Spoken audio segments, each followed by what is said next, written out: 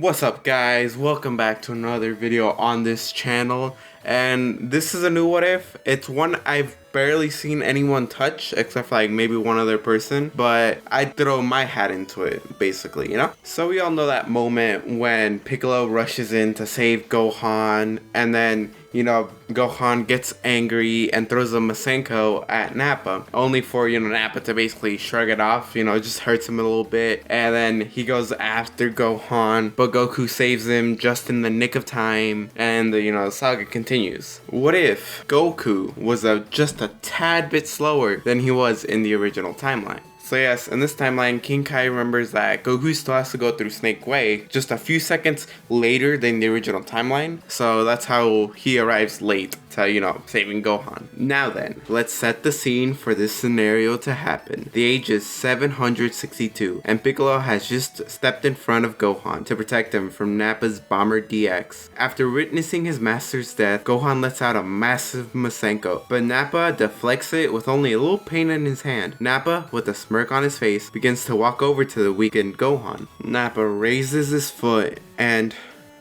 a loud crunch can be heard. That's right, the young Saiyan hybrid has been squashed like a bug. Nappa, after wiping off whatever remained of Gohan off his foot, turns to Krillin and begins to walk towards him, ready to send him to the next dimension. Before Nappa can get too close to Krillin, he feels a strong gust of wind behind him where the young Saiyan boy once stood. He turns around and sees Goku looking at Gohan's corpse. Goku, with tears in his eyes, looks up at Nappa and lets out a primal scream that can be heard for miles. Vegeta's scouter begins to read 10,000, then it skips to 40,000, then 70,000, and blows up after reading 100,000. Vegeta is pretty much just left speechless as he doesn't know exactly what's going on, but he has an idea. And Nappa is pretty much just left clueless on what's happening. But as you know, before them stands a Super Saiyan Goku. We still do get a classic scene of Nappa asking what Kakarot's power level is to Vegeta, and Vegeta is only able to utter two words: Super and Saiyan.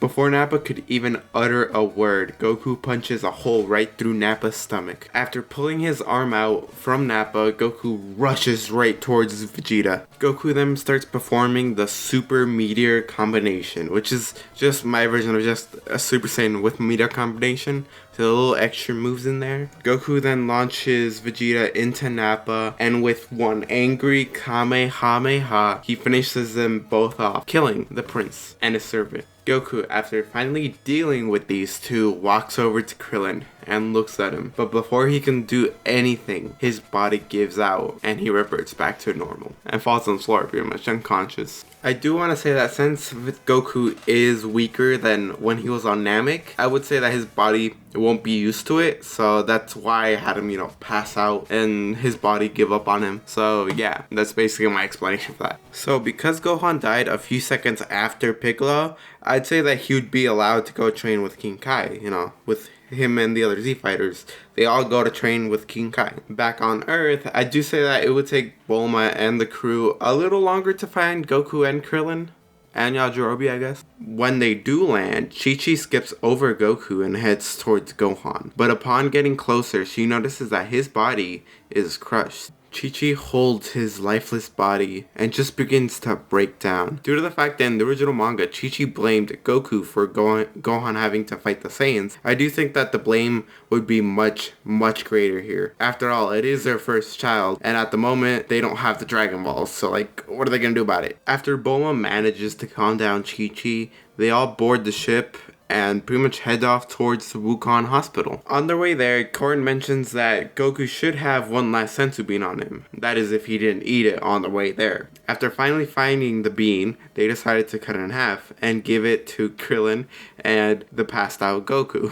Krillin would be somewhat healed, and Goku would pretty much take a bit longer for it to take an effect, for him to wake up and be ready. After this, I still think that the whole going to Namek plan still happens, since Krillin's awake now. Goku would wake up a few hours later in the Wukong hospital with everybody in his room, except for Chi-Chi. Goku is informed about the whole going to Namek plan, and Bulma still blows up Nappa's space pod. The sequence with Bulma and Mr. Popo going to see Kami's old ship still happens. Once Bulma returns, she says, oh, the trip now is very possible for us to do. With that, Bulma leaves to, begin working on the spaceship. As for Goku and Krillin, they kind of just stay overnight at the hospital, because they're kind of being forced to. However, the next morning, Chi-Chi comes in to talk with Goku alone. Chi-Chi pretty much just expresses her feelings towards everything that's happened with Gohan, him being kidnapped at a young age, and now he's dead because Goku wasn't there to stop it.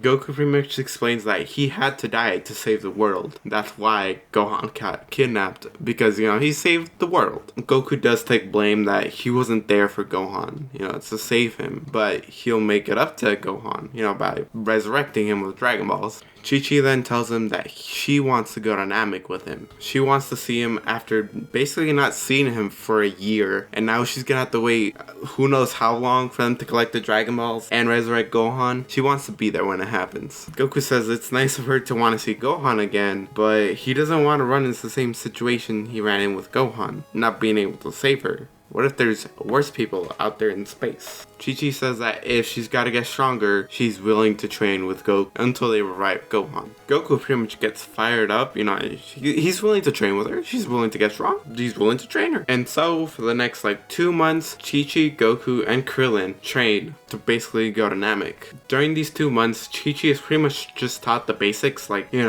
and how to shoot Ki Blast. Not much else, but she does get a huge power boost. Speaking of which, here's everybody's power level. I do think Chi-Chi would get a big power boost. After all, she is training with people that are in the thousands. Krillin at this point is 3,000 and Goku's in the 10,000. So I do think that she would reach close to 1,000, around 700, but not quite there. Also, during this little time skip, due to Bulma having now 3 ships to study, she is able to build a spaceship similar to the one that Goku went on. With this, the day arrives when they all load up onto the new ship and head off towards Namek. I will say that they do leave a lot later than in the original timeline, since they did build a new ship from Kami and the same pod's parts. They made this Frankenstein ship. Once they do go through 4 days of gravity training, this is their power levels now. Goku's kind of restricted since he had to let Krillin and Chi-Chi kind of get used to it. They do arrive 2 days before they originally did in the original timeline. This means that pretty much Frieza at this point only has, I would say, about 2 Dragon Balls. That is if he didn't find them together. After sensing Frieza's energy, the group decides that they must lower their power levels and stay hidden, much to Goku's dismay. With the Dragon Radar in hand, the 3 of them set out and look for the Dragon Balls. They do find one that Frieza hasn't, touched yet, so they pick that one up, and then they tell the villagers about, pretty much there's a tyrant going around, stealing the balls. After they get that one, they find another one at Dende's village. And they pretty much do the same thing here. They just tell Mori that they need the Dragon Balls and that they should hide because Frieza. However, I think Mori would be inclined to help them. Make sure Frieza doesn't get whatever wish he's gonna wish for, which is immortality. He tells Dende and Cargo to basically go with the rest of the village and just hide from Frieza. Make sure they don't find you. Having Mori around will make it kind of easier for them to get the Dragon Balls, because the Namekians will see that they have another Namekian who's well respected, I'm assuming, because Mori became the elder in the original timeline. So it'll just make getting the Dragon Balls a lot faster. And they do come across a few Frieza soldiers here and there, but it really is no problem for them. I mean, Krillin's uber strong, and then Goku's even super stronger. I mean, I will give Chi-Chi a bit of credit, since in the Lord Slug movie, she did take out a few of their soldiers.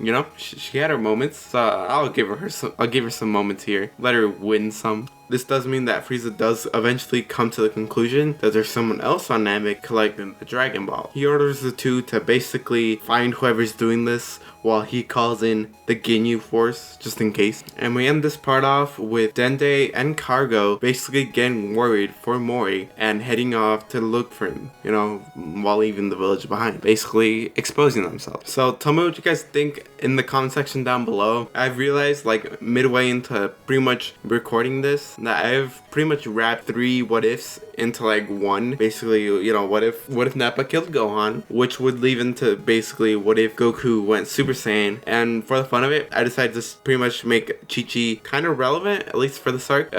Even if she's not relevant for the Cell Saga, she will leave a impact, you know, throughout the rest of the sagas, even if she doesn't do any more fighting. I just decided to kind of add her in for fun. And yeah, I did at one point during scripting that I was gonna break up Goku and Chi-Chi. So yeah, that's why I kind of left it in there, but tell me what you guys think. Do you want them to break up or not? Anyways, all that YouTube stuff. Like, comment, subscribe. So yeah, I'll see you guys later.